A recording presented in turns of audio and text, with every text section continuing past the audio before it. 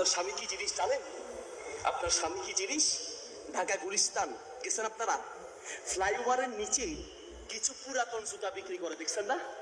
আমি একদিন রাস্তার এই পাশ থেকে ওই পাশে যাচ্ছি, তো যাওয়ার পথে এক দোকানদারকে ডেকে জিজ্ঞেস করলাম, ভাই এটা কি সোরা মার্কেট?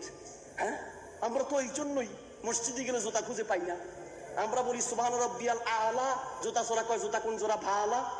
হ্যাঁ, এই তো ঘটনা। এই সোরা, সব সোরা জুতা এখানে আসে। হুজুর চোরা জুতা এখানে থাকতেও পারে, নাও থাকতে পারে। তা আমি বললাম, তাহলে সব পুরুষের জুতা কেন, মহিলার জুতা নাই কেন?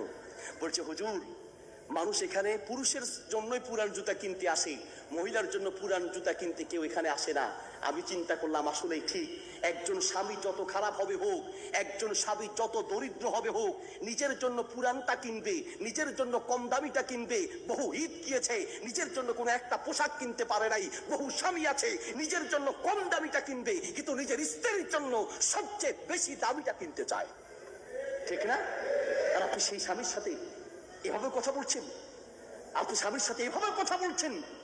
প্রিয় বোন, আপনাকে বলছি, নবী সাল্লাল্লাহু আলাইহি ওয়াসাল্লাম বলেছেন, মা আতাত যাও, আত-তারগীব ওয়াত-তারহীব কিতাব এসেছে, মা আতাত যাওজুহা আলাইহা গাদিবুন। কোন মহিলা এমন অবস্থায় মারা গিয়েছে, তার স্বামী তার উপরে রাগান্বিত, ওই মহিলা দুনিয়া থেকে বিদায় হওয়ার সঙ্গে জাহান্নাম ছাড়া তার কোনো উপায় নাই। স্বামীকে সন্তুষ্ট রাখার চেষ্টা করবেন, কিছু হলেই কথা বন্ধ। আমাদের মহিলারা রাগ উঠলেই দুইটা কাজ করে, নাম্বার 1 কথা বন্ধ করে দেয়, নাম্বার 2 রোজা স্টার্ট করে দেয়। সেহরি কিন্তু খায় নাই, সেহরি ছাড়াই রোজা শুরু। এই জন্য মহিলাদের জন্য রোজার ওয়াজ করা লাগে না, আলহামদুলিল্লাহ। রোজা আর সিয়ামের ব্যাপারে মহিলারা কয় নম্বরে কথা বলে, কয় নম্বরে? 1 নম্বরে আছে। স্বামীর সঙ্গে ঝগড়া, রোজা শুরু। শাশুড়ির সঙ্গে ঝগড়া, রোজা শুরু। শাশুড়ির সঙ্গে ঝগড়া, রোজা শুরু। তার মানে বুঝছেন তো, খানা বন্ধ, খাবো না তো খাবো। আরে বোন, ভাতের কি দোষ? ভাত কি করছে?